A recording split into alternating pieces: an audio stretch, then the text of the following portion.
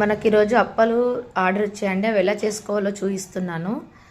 అప్పలకి పల్లీలు అవసరం అండి. పల్లీలు, శనగపప్పు, కరివేపాకు, ఇంకా ఎల్లిపాయలు మెయిన్ అండి. ఎల్లిపాయలు, నువ్వులు, ఉప్పు, కారం, పసుపు ఇవి ఇంగ్రీడియంట్స్. ఇంకా కాచిన నెయ్యి కూడా కావాలి.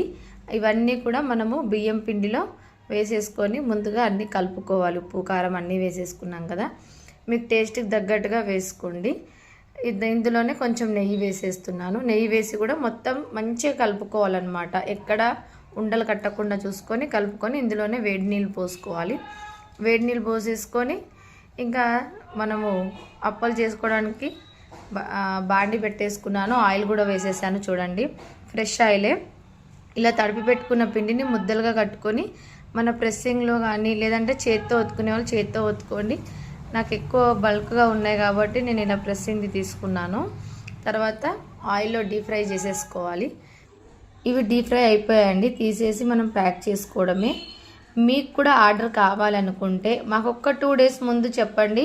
ఫ్రెష్గా రెడీ చేసి పంపిస్తాం. Thank you for watching.